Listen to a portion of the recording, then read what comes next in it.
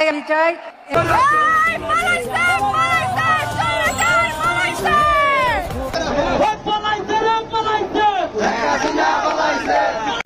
বন্ধুরা, সবাই কেমন আছো? আশা করি প্রত্যেকেই ভালো আছো, কারণ তোমরা বাংলাদেশকে পুনরায় স্বাধীন করেছো।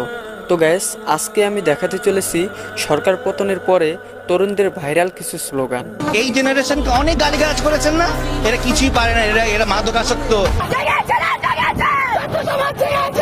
এবং আরো দেখবেন শিক্ষার্থীদের বজ্রকণ্ঠে প্রতিবাদী কিছু কথা। এবার কথা হচ্ছে, গায়ে যতক্ষণ এক ফোঁটা রক্ত আছে ততক্ষণ লড়াই করে যাবো। একটাই কথা, তুই যদি পদত্যাগ না করছিস, এবার তোর টাইম না এসে পদত্যাগ করার মতো। তাই একটু স্কিপ না করে ভিডিওটিতে একটি লাইক দিয়ে শেষ পর্যন্ত দেখতে থাকুন। এই সময় কম, শুরু করো। তো গাইস, মূল ভিডিওতে যাওয়া যাক। গাইস, শুরুতেই দেখুন এই আপুটির বজ্রকণ্ঠে প্রধানমন্ত্রীকে নিয়ে কি বলল। এই মেট্রোরেল ভাঙা গেছে, আমাদের টাকায় করছে, মেট্রোরেল ভাঙা গেছে, কান্না কইরা শেষ। আমাদের থেকে নিছে, আমাদের থেকে। আমার টাকায় চলে, আমার টাকায় খায়, আবার আমার উপরেই গুলি করে। দেখতেই পাচ্ছেন এই কঠোর আন্দোলন সংগ্রামে তার কণ্ঠটি ভেঙে গিয়েছে। গায়ে যতক্ষণ এক ফোঁটা রক্ত আছে ততক্ষণ লড়াই করে যাবো। আজকে আমি, তুই হয়তো আজকে আমাকে মেরে ফেলবি, আমার ফ্রেন্ড আছে, আমার বোন আছে, ওদের মেরে ফেলবি। কত মারবি তুই? 4 কোটি রাজাকার। তো গাইস, এই আপুটি কি কঠিন হুঁশিয়ারি বার্তা দিয়েছে দেখুন। কথা, তুই যদি পদত্যাগ না করছিস, এবার তোর টাইম না এসে পদত্যাগ করার মতো। তোর আসন থেকে তোর চুল ধরে টাইম না বাই করবো, যদি কিভাবে তুই পদত্যাগ না করিস, তুই যতক্ষণ গায়ে রক্ত আছে। তো গাইস, এবার দেখুন এই ভাইটি কি বলল। আমার ভাইরা যে মরছে না, আমি সেটা জাস্টিস পাওয়ার জন্য আসছি, সেটা জাস্টিস পাওয়ার জন্য আমি আসছি। আমার ভাইদের রক্তে আজকে রাজপথ লাল হয়ে গেছে, সেটা জাস্টিসের জন্য আসছি।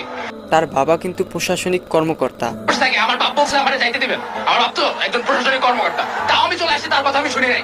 আমার জাস্টিস দরকার। আমরা তো পিসফুলি আন্দোলন করতেছিলাম, কি জন্য আমাদের উপরে গুলি চালানো হবে, কি জন্য আমাদের উপরে লাঠিচার্জ করা হবে।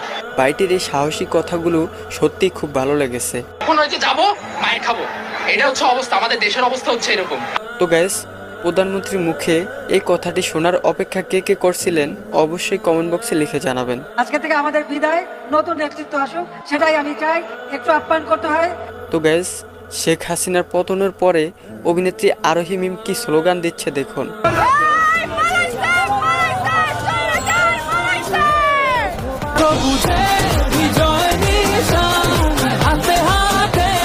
এবং নাট্য অভিনেতা সাকিব কি স্লোগান দিল দেখুন।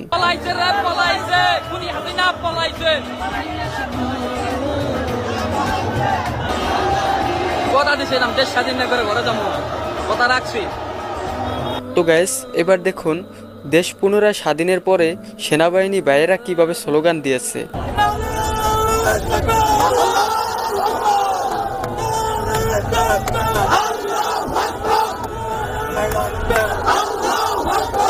তো গাইস, এবার দেখুন এই বাইটির কণ্ঠে অস্থির স্লোগান।